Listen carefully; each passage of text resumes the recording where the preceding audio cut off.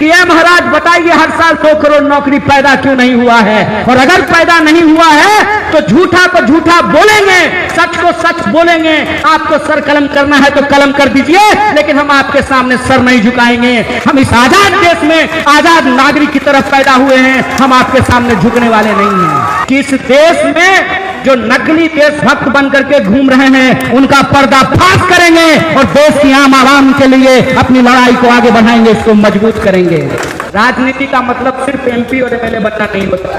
Comrade Satyanarayan Singh को हम याद कर रहे हैं तो उस संकल्प को हम दोहरा रहे हैं कि न्याय और बराबरी की इस लड़ाई को हम आगे बढ़ाएंगे। तो लगता है कि इन्होंने टीवी को खरीद लिया है, मीडिया को खरीद लिया है, तो ये हमारे आंख में धूल झोंक देंगे, ये हमारे आंख में धूल झोंकने में कामयाब नहीं होने वाले। कई बार मास्क लगाते हुए ऐसा ही महसूस होता है कि मुंह पे जाबी लगा हुआ है, जैसे हम लोग घास चर लें। कहते हैं बचेंगे तभी न रचेंगे, और अगर बच गए, इस महामारी से निकल गए, तो कॉलर पकड़ करके इस सरकार से पूछेंगे कि बताओ हमारी दवाई कहाँ है, हमारी पढ़ाई कहाँ है, ये सवाल ही पूछेंगे। और कहते हैं कि सरकारी चीजें ठीक से काम नहीं करती। सरकारी अस्पताल अगर ठीक से काम नहीं करता तो उसका मतलब यह है कि सरकारी प्रधानमंत्री भी ठीक से काम नहीं कर रहा है, सरकारी मुख्यमंत्री भी ठीक से काम नहीं कर रहा है। हमने बचपन में ही वो गाना गाना शुरू कर दिया था, जब तक जेल में चना रहेगा, अरे जब तक जेल में चना रहेगा।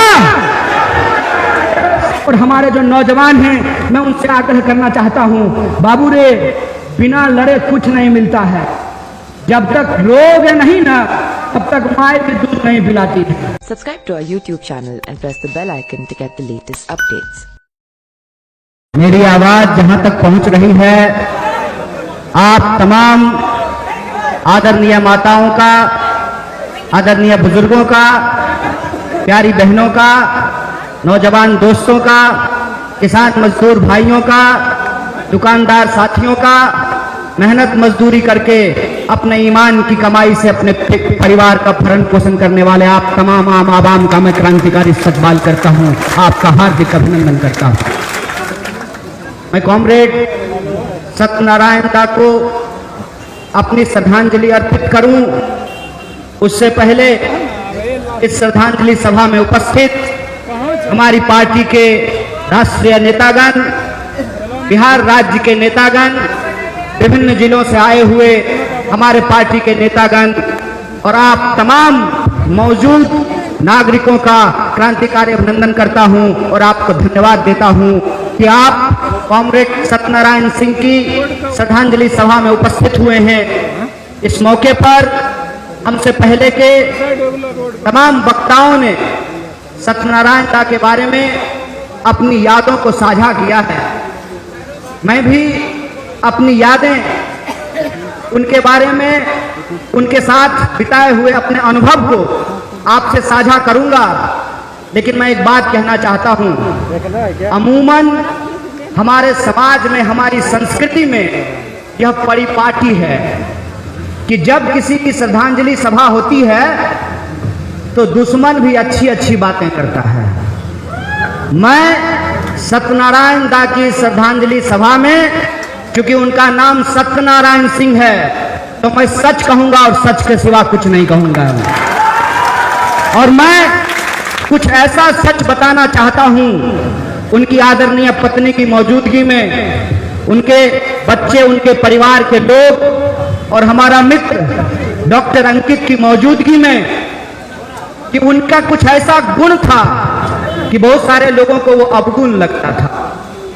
उनका एक अवगुण जो मुझे गुण लगता है वो ये था कि मुंह पर बोलते थे, सामने सामने सीधा सीधा सच बोलते थे, लटपट नहीं करते थे।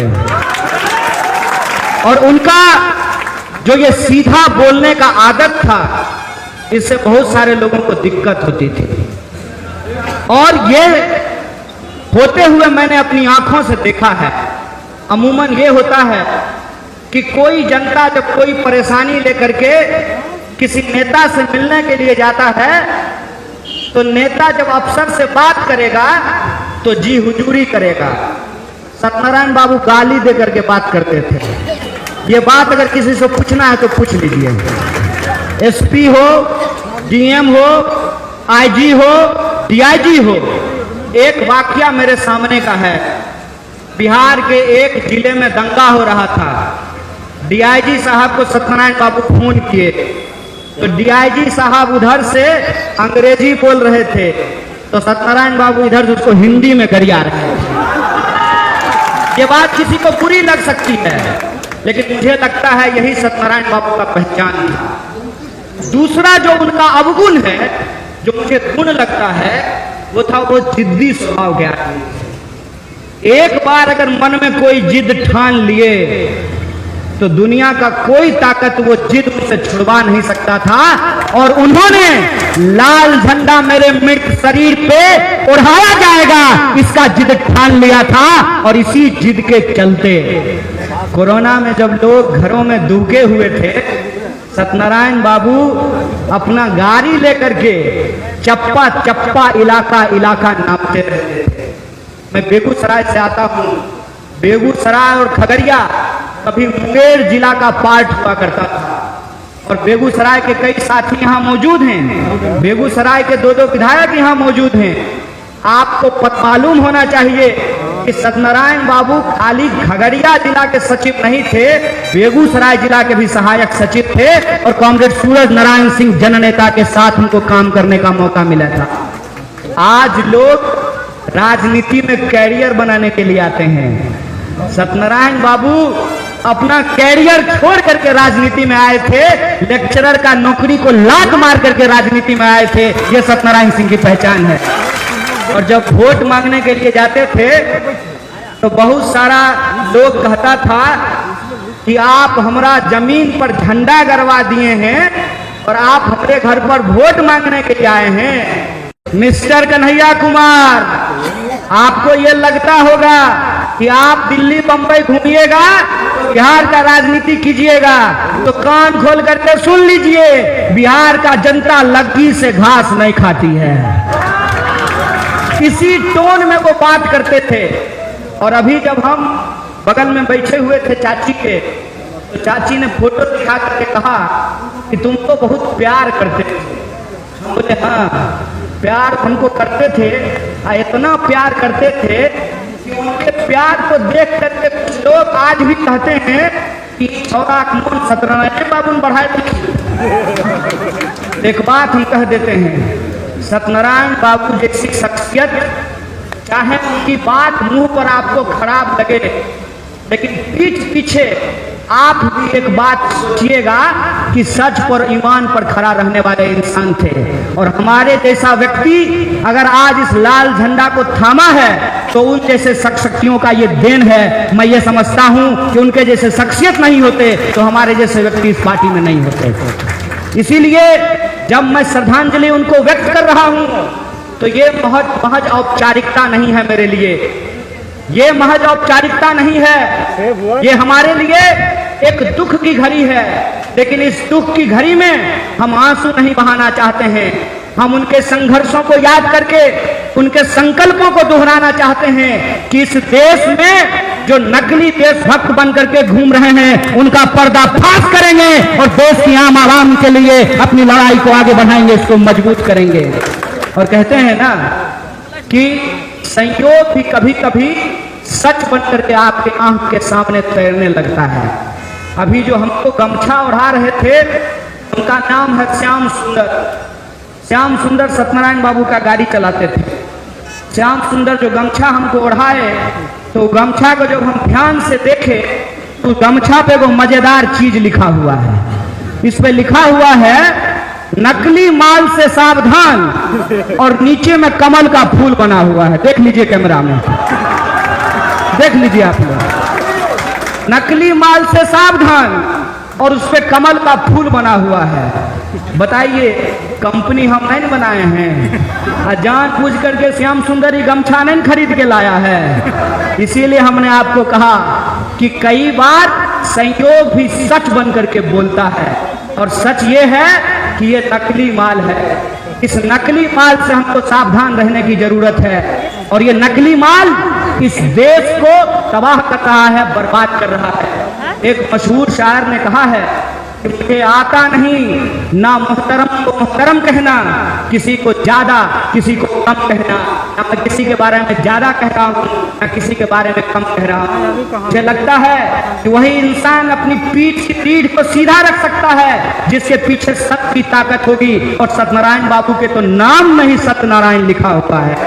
हमारे इस इलाके में एक संस्कृति है कि कोई शुभ कार्य जब सफल हो जाए तब सत्यनारायण जी का पूजा होता है, और कोई कार्य जब शुभ करने के लिए आप चलते हैं तब सत्यनारायण जी का पूजा होता है। उस सत्यनारायण की सत्ता को याद करते हुए मैं आप तमाम लोगों से अपील करना चाहता हूं कि हमारा देश एक विपरीत परिस्थिति में फंसा हुआ है।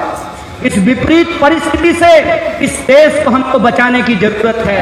और कॉमरेड राजा ने जिस विरासत की बात की है, जिस लेगेसी की बात की है, और जिस लेगेसी के बारे में उन्होंने बताया है कि क्या होता है सत्यनारायण होने का मतलब, उस लेगेसी को दोहराते हुए मैं अपनी माँ बहनों को ये कहना चाहता हूँ, आपको इस बात के लिए थोड़ा थोड़ा चिंता हो रहा होगा कि शाम हो रही है, सूरज ढल रहा है, घर जाकर के खाना बनाना है। मैं ज़्यादा वक्त आपका नहीं लूँगा, लेकिन मैं आपसे ये आग्रह करना चाहता हूँ कि हमारे लिए राजनीति ये नहीं है कि आप नीचे में बैठे हुए हैं, हम मंच पर बैठ गए हैं तो ज़्यादा होशियार हैं, ऐसा नहीं है। आप अगर नीचे नहीं होते तो हम मंच पे खड़ा नहीं होते, आप हैं तो हम हैं, आपके वजूद से ही हमारा वजूद है। इसीलिए हमारी जो राजनीति है वो राजनीति सत्ता हासिल करने की राजनीति नहीं है। सिर्फ सत्ता हासिल करना हमारे राजनीति का उद्देश्य नहीं है। हमारी राजनीति का उद्देश्य ये है कि इस देश की महिलाओं के हक और अधिकार के लिए नियम बने, और सिर्फ नियम नहीं बने, अगर वृद्धा पेंशन देने का नियम बना है तो एक एक वृद्धाओं को वो पेंशन मिले, यही हमारी राजनीति है।